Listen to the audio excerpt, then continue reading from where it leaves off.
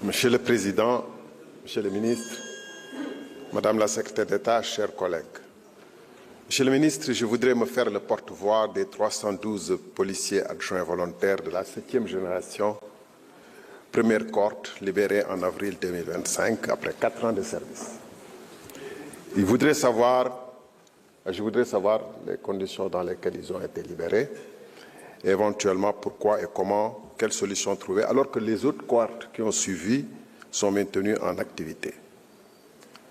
De même, depuis 22 mois, les policiers de la 49e promotion seraient sans salaire, alors qu'ils ont assuré la surveillance de 2 Magal, de 2 Gamou, etc.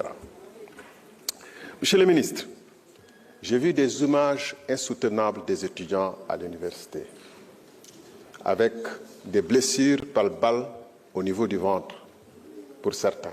J'ai vu, de mes yeux vus. J'ai vu, de mes yeux vus, des étudiants blessés à la jambe par ce qui semble être des projectiles par balles réelles. Et je voudrais inviter mes collègues qui, il y aura 2 ans, auraient stigmatisé ce type de comportement et qui aujourd'hui semblent ignorer cette réalité. Qu'est-ce qui a changé?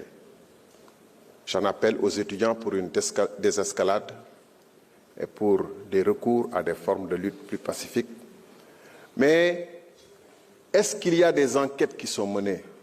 La vraie rupture serait, et je pense que vous insufflez, Monsieur le Ministre, vous et vos supérieurs, un esprit qui n'est pas bon pour la police. Parce que le fait, pour la moindre peccadille, de renvoyer des commissaires de police, le fait d'envoyer des gendarmes saccager, pour ainsi dire, des postes, des locaux de presse, et cette violence qui se déchaîne à l'université qu'on voit, et pour laquelle je n'ai entendu aucune forme d'appel de votre part ou aucune enquête, alors que vous êtes des hommes du droit et de la loi, nous interpelle.